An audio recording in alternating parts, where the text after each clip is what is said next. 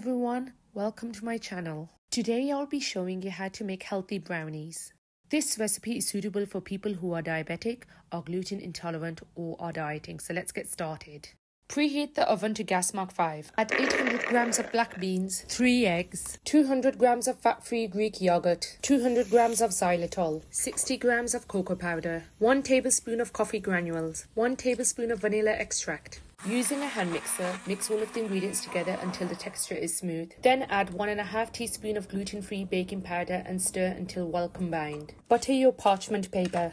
Then spread your brownies batter onto the tray evenly. Tap the tray twice to remove air bubbles and then put it into the oven for 25 to 30 minutes. Place the tray onto the cooling rack. Use a toothpick or a knife to see if the brownie is cooked. Remove from the tray and place it onto the cooling rack. Leave it to cool for 5 to 10 minutes. We are now going to make the drizzle. Use 6 cubes of dark chocolate and melt. Drizzle the melted chocolate onto the brownies. Cut into pieces.